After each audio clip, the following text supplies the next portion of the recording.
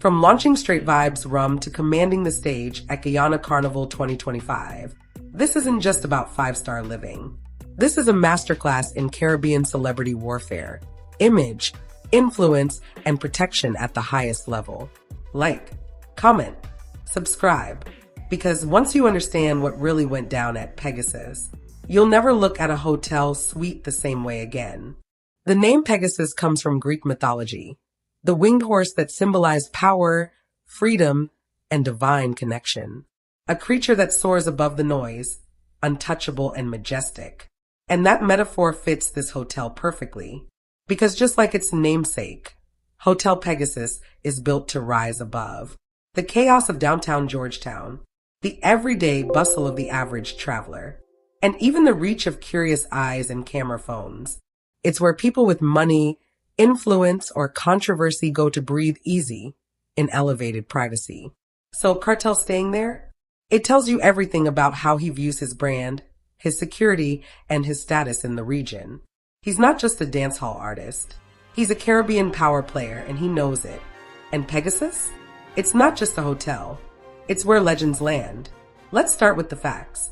The Pegasus Hotel in Georgetown first opened its doors on November 1st, 1969, and was built by the British construction giant Taylor Woodrow. It was Guyana's first international standard hotel, launched under the administration of Prime Minister Lyndon Forbes Sampson Burnham. In 2009, Guyanese entrepreneur Robert Badel took over Pegasus in a private deal, investing US $8 million to modernize it into a five-star destination. He followed up with US $3 million in upgrades, from sleek renovations to high-speed tech and Guyanese-inspired interiors.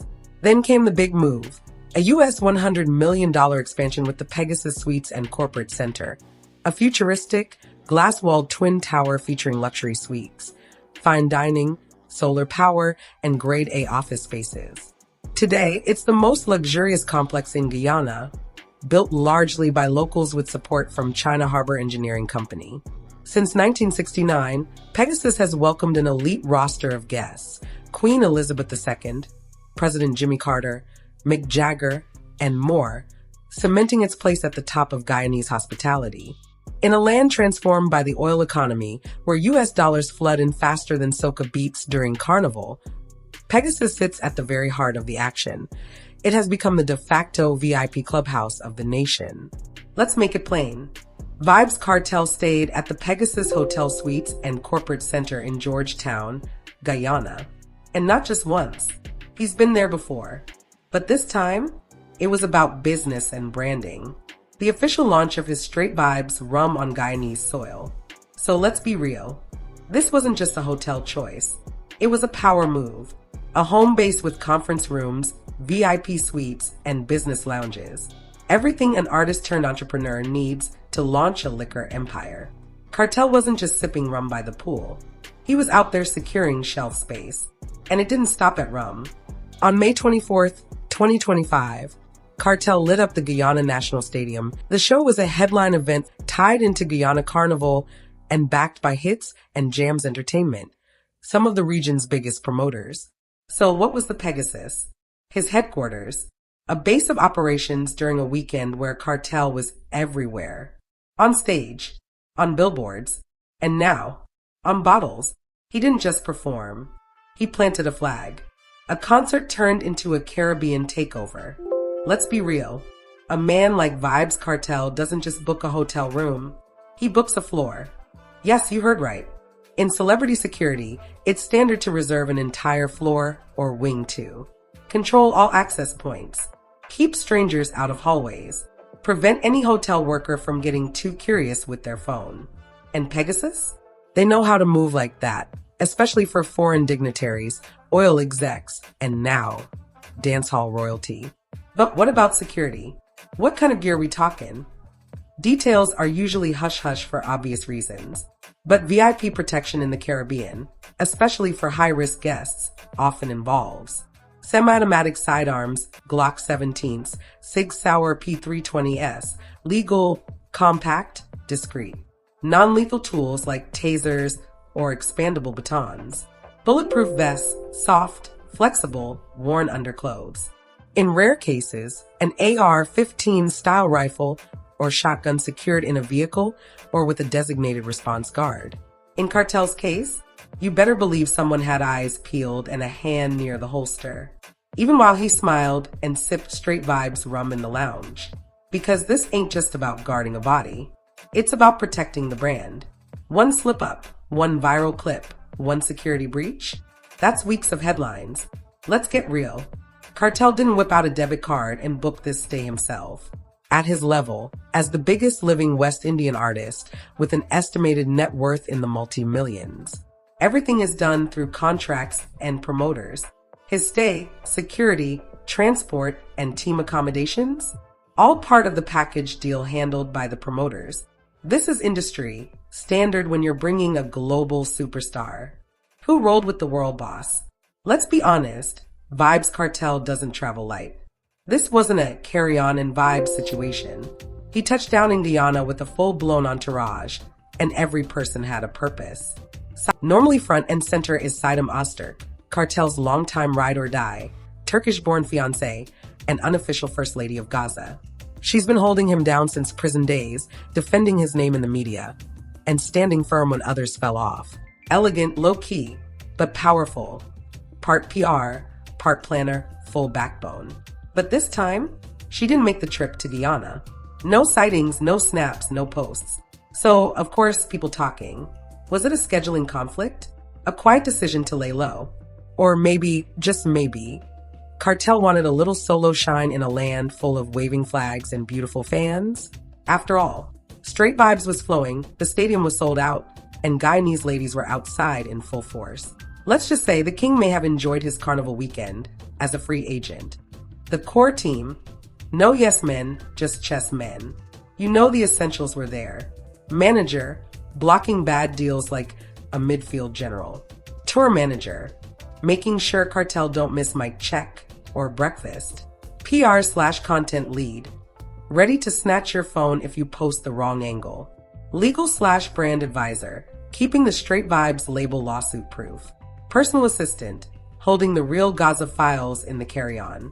These people don't ask questions like, what time's the show? They ask what country we own in next. And don't forget the content team, because legacy needs footage. Somebody was definitely filming. Straight Vybz ain't launching without Instagram stories, behind-the-scenes clips. Probably had a guy named Rico with a drone and another dude saying, "Boss, hold that pose." Billboard tings. Vybz Kartel's life and career put him under constant scrutiny, and that means risk follows him everywhere. He's a walking liability. His legal history is well known. Past convictions, ongoing rumors, and high-profile controversies mean there are always watchful eyes monitoring his moves. In an industry where rivals and opportunists lurk, even a small mistake could spiral into a major incident, legal, personal, or reputational. He's not invincible. Kartel has publicly acknowledged several health challenges over the years, including reports of hypertension and diabetes-like symptoms, as well as the physical toll of years of stress and lifestyle. For a performer who commands the stage with high energy, any physical threat could quickly become serious. Protecting his health isn't just precaution, it's essential. His brand is massive and fragile. Kartel's empire spans music, liquor, merchandise, and media. Every public appearance, social media post, and even casual interaction is analyzed by fans, media, and critics alike. One viral incident, one bad news story, or one security breach could tarnish years of work, threaten partnerships, and erode his influence. This isn't just about physical safety. It's about preserving his legacy, securing his business empire, and ensuring the future he's building isn't compromised by careless risks or unforeseen dangers. That's why his security detail isn't just muscle, it's a strategic force, trained to manage crowds, anticipate threats, and maintain discretion. They shield more than a person. They guard a brand that's worth millions and a future that's still being forged. Sources familiar with these setups say celebs like Kartel often move with 6 to 10 trained personnel, including 2 to 3 monitoring the hotel floor and perimeter, 2 close proximity bodyguards, 1 assigned driver and transport coordinator, 1 stage-side security for backstage access, one on-site liaison with Pegasus in-house security. And now it's getting next level.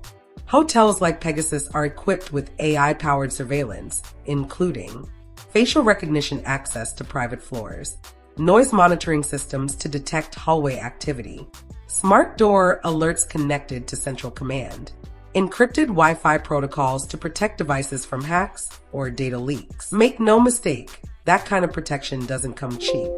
For a global artist like Vybz Kartel, especially during a high-risk, high-visibility event like Guyana Carnival, security is a full operation. Estimated cost? Easily US $1,500 to $2,500 per day, per guard for elite private security. Multiply that by a 4 to 5 day stay, and you're looking at US $40,000 to $100,000 total, depending on gear, coordination, and risk level. But here's the thing. Kartel's not cutting those checks himself. Promoters cover the cost as part of the deal. Sometimes they also get sponsored by the government.